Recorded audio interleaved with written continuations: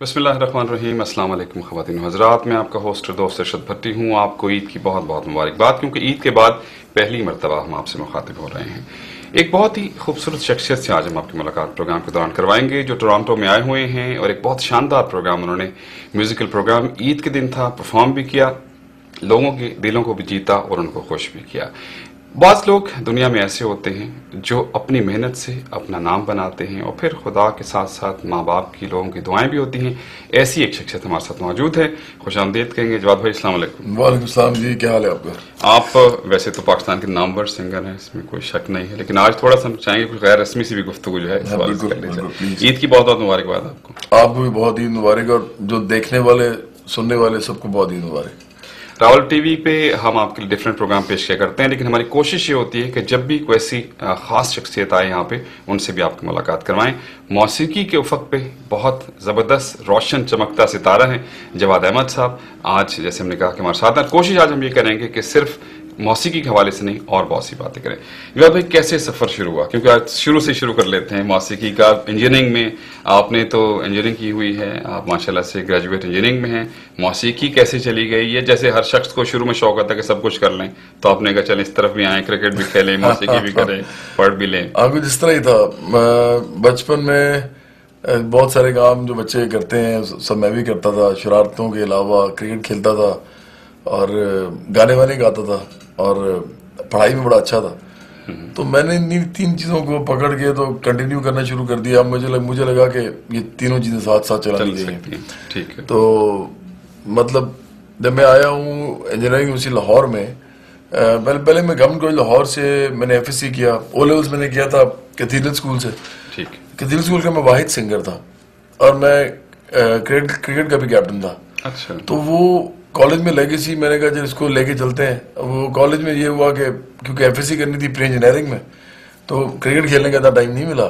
एक साल में अंडर 19 खेलने चला गया, कराची, भावलपुर, हैदराबाद, लाहौर की टीम की तरफ से। LCCA कहते थे उसको। ठीक है। Lahore city cricket association. ठीक। तो मैं जब वापस आया हूँ तो पेपर्स आगे पीछे तैयार थे। मैंने कहा यार अब क्रिकेट नहीं हो सकती कुछ अर्सा, तो छोड़ दी। लेकिन म्यूजिक में फिर म्यूजिक सोसाइटी के अंदर कभी कभी जाके गा लेता था। इंजीनियरिंग म्यूजिक लाहौर में जाके जब आदमी एक दफा पहुंच जाता है ना, मेरिट पे वो दाखिला हो जाता है। मैंने मैकेनिकल इंजीनियरिंग डिपार्टमेंट में दाखिला लिया था, फैकल्टी ऑफ मैकेनिकल इंजीनियरिंग। तो आपको लगता है कि अब मैंने सब कुछ वो कर लिया है जो वालिदैन चाहते थे। सही। क्योंकि मेरे वालिदैन दोनों प्रोफेसर्स थे। जी जी। Professors in political science. सही। तो अम्मी पढ़ाती थी लाहौर कॉलेज वुमेन में और अब्बू गवर्नमेंट कॉलेज लाहौर में। सही। तो मैंने कहा वो जो चाहते थे वो तो कर दिया है, आपके यूनिवर्सिटी में आ गया, अब जो दिल करता है वो करते हैं। तो मैंने पढ़ाई सबसे पहली दफा बैक एंड पे डाल दी, मौसीकी की तरफ। हाँ, और मैं मौसीकी और क्रिकेट खेलना शुरू हो गया। और वालिदैन का दरमियान में कथा कलामी जी जी कितना असर होता है? मतलब जैसे आपका एक इमेज, आपका ख्याल था कि आपने ये करना है, पढ़ना है, उनकी तरफ से भी होगा, असर होता है जो वालिदैन है उनका इसके ऊपर, बिल्डिंग के ऊपर? बहुत ज्यादा। मेरे वालिद साहब तो मुझे कहते थे कि गैरतमंदी का तकाजा ये है कि आप जो है ना डिग्री को ले लो, क्योंकि प्रोफेसरों की औलाद हो। सही है। तो उसके बाद जो मर्जी करो। क्योंकि मैं बहुत ही एक रेबल था, मतलब बागी किस्म का आदमी था। तो लेकिन मैंने उनकी ये बात जो थी ना, मैंने कहा यार ये ठीक कहते हैं। तो मैंने आपको बताऊं भट्टी साहब, मैंने लोग करते हैं 5 साल 4 साल में इंजीनियरिंग, मैंने 6.5 साल में की, लेकिन की मैंने जरूर। सही। इसलिए कि लेकिन आपने बताया कि आप बहुत अच्छे स्टूडेंट थे। नहीं, उससे पहले। अच्छा, जब आगे इसमें यूनिवर्सिटी में जाके मैंने पढ़ाई को बिल्कुल छोड़ दिया। मैंने सप्लीज मेरी इकट्ठी हो गई बहुत सारी, मैं पेपर्स देता नहीं था। सही है। लेकिन फिर आखिर में मैंने डिग्री मुकम्मल की, डिग्री लेके वालिद साहब को दी और फिर मैंने बाकायदा फिर इजाजत दीजिए मुझे कि मैं कुछ। अच्छा, मौसीकी अब देखें आप, जाहिर है एक ताल्लुक उस खानदान से जिसमें हर वक्त पढ़ाई लिखाई हुई, कैसे ये ज़हन में कैसे आ गया मौसीकी? ट्रेनिंग नहीं थी, वो ऐसे ही मतलब था, तो फिर कैसे हो गया? मुझे असल में शौक था मशहूर होने का। मैं सबको वैसे नहीं होता, मेरे ख्याल में लगता होता होगा, लेकिन मुझे इसलिए था कि मैं चाहता था कि मैं मशहूर हो गया, कोई काम ऐसा करूं कि मैं हूं मतवस्त तबके के प्रोफेसर्स की औलाद हूँ, मिडिल क्लास का मैं आदमी था। और मुझे लगता था कि मैं पाकिस्तान में जो कुछ हालात हैं, मैं इसके लिए कुछ कर नहीं सकता। पाकिस्तान में जो पॉलिटिक्स करते हैं लोग, या सोसाइटी में जो चेंज के हवाले से काम कर सकते हैं, वो आमतौर पे एलीट से आते हैं या जागीरदार, उनका कोई जागीरदाराना कोई उनका पीछे पस मंजर होता है, या फैमिली चली आ रही है, सिलसिला चल रहा है, या उनका कोई नेशनलिस्ट होते हैं। बिल्कुल सही है। मेरे तो इस तरह के कोई थे मनी इज पॉलिटिक्स थे। हाँ, तो मेरा दिल करता था भट्टी साहब कि मैं कुछ इस तरह का काम करूं जिससे लोग मुझे जानना जरूर शुरू हो जाए, फिर मैं कुछ करूंगा। लेकिन आप ये तो सोचा होगा कि मैं मशहूर हूंगा तो अच्छे अच्छे काम करूंगा। नहीं, मैं तो बता रहा हूँ कि मैंने किया इसीलिए था। ये तो मेरे वालिदैन और मेरे घर वाले, मेरे दोस्त पुराने इधर जो इवन टोरंटो में रहते हैं, वो इसके गवाह हैं कि मैंने अपने कमरे में लिखा होता था बड़ा बड़ा कि वर्क करना है, तो उनको पता था कि ये वर्क क्या है। हाँ, तो वो अभी भी वो जारी है सिलसिला। आगे आने वाले दिनों में मेरा ख्याल है लोग ज्यादा किसी से ट्रेनिंग ली या कुछ किया, या बस ऐसे ही शीशे के आगे खड़े होकर गाना शुरू कर दिया? नहीं, ट्रेनिंग मैंने फॉर्मल नहीं ली। सही है। लेकिन माशाल्लाह ये खुदादात एक्चुअली होती है ना, गॉड गिफ्टेड है उसमें फिर आपने।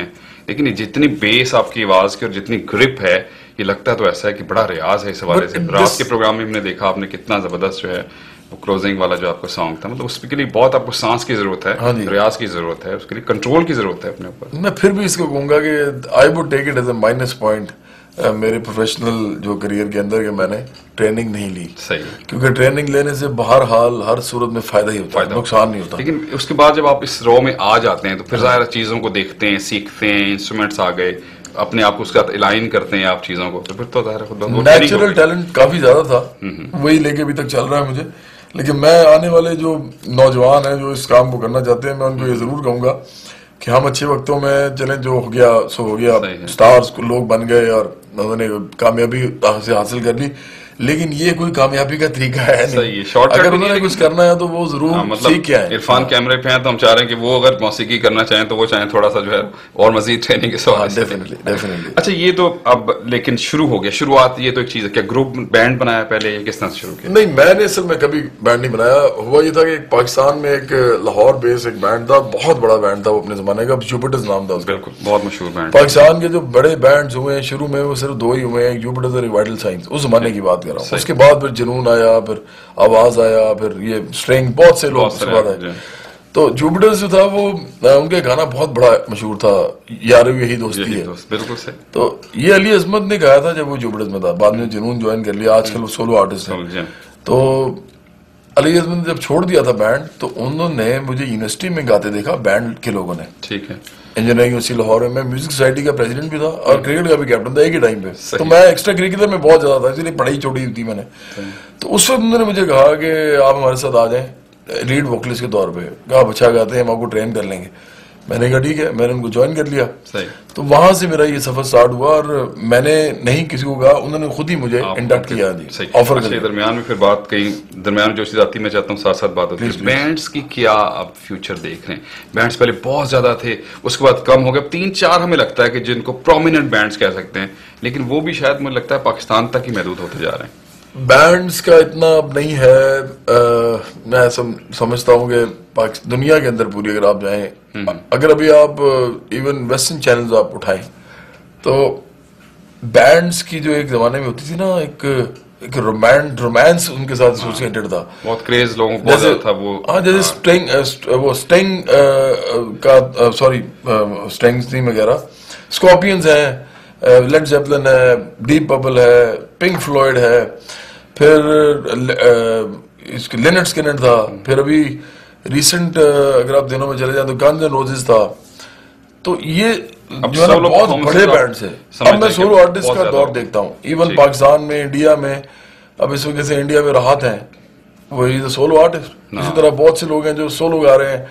बैंड्स का थोड़ा सा कम है, लेकिन फिर भी कुछ बैंड जो है पाकिस्तान और इंडिया में जो जिन्होंने अपना नाम बनाया और जो साथ साथ चल रहे हैं, तो ये मेरे ख्याल में उनका क्रेडिट है। सही। हाँ। तो जनाब अभी गुफ्तगू थोड़ी सी यहाँ पे हम रोकेंगे और फिर उसके बाद अब थोड़ा सा आगे आपके इस कैरियर से, बैंड्स के बाद से आगे तरफ देखते हैं। नाज़रीन किराम, देखते रहिए रावल टीवी, आपका अपना टीवी। एक छोटे से कमर्शियल ब्रेक के बाद प्रोग्राम में वापस हाजिर होंगे। हमारे साथ हैं जवाद अहमद साहब, पाकिस्तान के नामवर गुलकार। गुफ्तगू उनकी जिंदगी के हवाले से, मौसीकी के हवाले से जारी रहेगी। Stay tuned.